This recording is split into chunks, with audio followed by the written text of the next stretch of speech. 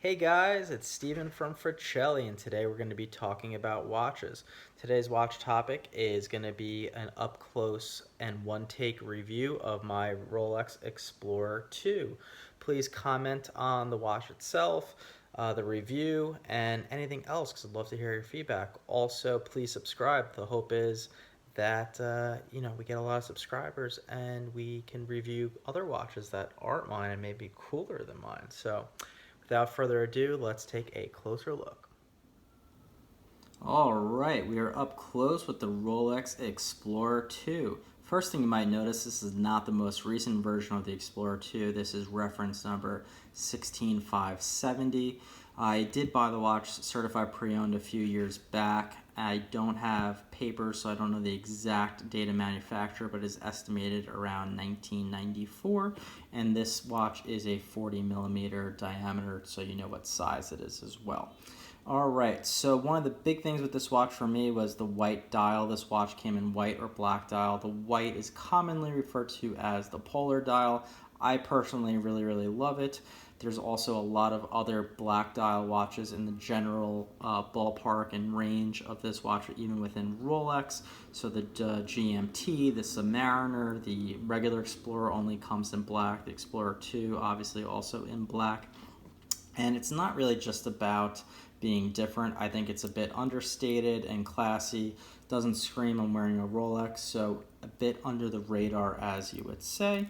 One notable thing about this watch versus the regular Explorer is this red hand here. This is another hour hand, which is running on 24-hour time, as you can see, and it's denoted on the bezel. And you can set it at the same time as the regular hour hand, which, by the way, has the lovely Mercedes style, which is adored by a lot of Rolex fans, including myself. And why would you set 2 hour hands at the same time? Well, one's just on 24-hour time, but remember, this is an Explorer. So if you're exploring in a cave, let's say, and it's been dark for 8 days and you don't know if it's AM or PM because you haven't been outside and you're in a cave losing your mind, this is a AM PM indicator. And of course, you'd read the watch in the dark because it has lume.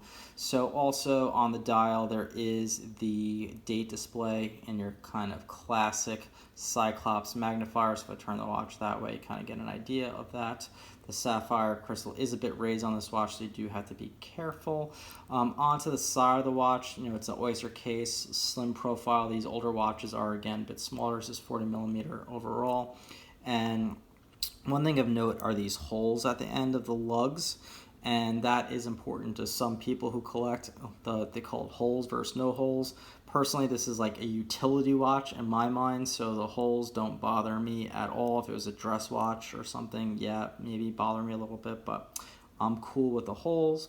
On the other side, you do have a crown guard and the Rolex crown design on the crown, which is a nice touch. Onto the bracelet, your very classic Oyster bracelet. I will say though, if you hold a newer one, these do feel a bit thin and a little rattly compared to them. Obviously, this is not a new watch. It's 26 years old. Also, on a more positive note, the watch really just holds up so well in terms of finish and scratching. The Rolex steel really is fantastic.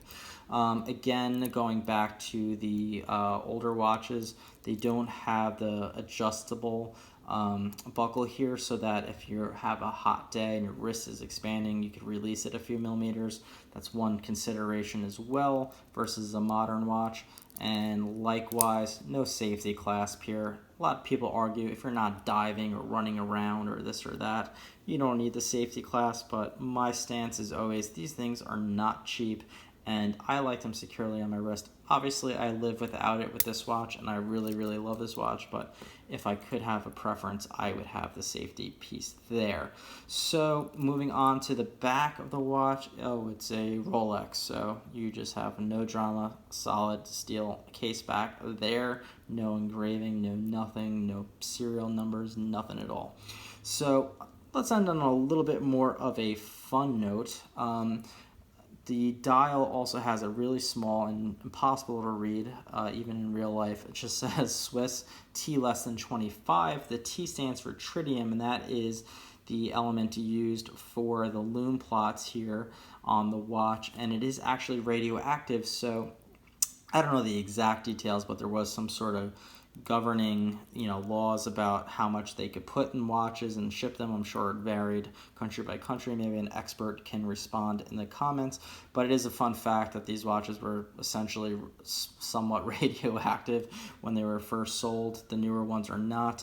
These looms plots don't really work for the watch now. At certain points I have seen it like a light blue, but it's basically the looms essentially died.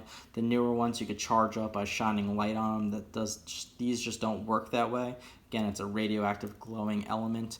Let me know your thoughts on that. Also, some people pay extra for watches where the loom plots decay a certain way. Just likewise, some people pay extra for dials that fade or crack or get tropical and patina a certain way. Personally, I think it's a little bit crazy to pay a premium for a watch that's eroded or changed or whatever, but to each his own. And let me know your thoughts on that. Last, let me know your thoughts on the Rolex steel sports watch market. It is a little tricky right now. I bought this a few years ago. It has appreciated in value, which is cool for me, but generally, I think it's a little uncool how crazy the price of the watches have gotten because it's so hard to get a new one from an authorized dealer. Let me know what other watches you think in the general range or ballpark of the Explorer 2 that you think are a great buy, and what you think and what you would prefer. Thanks. Let me know your thoughts, and thanks again for watching. Bye.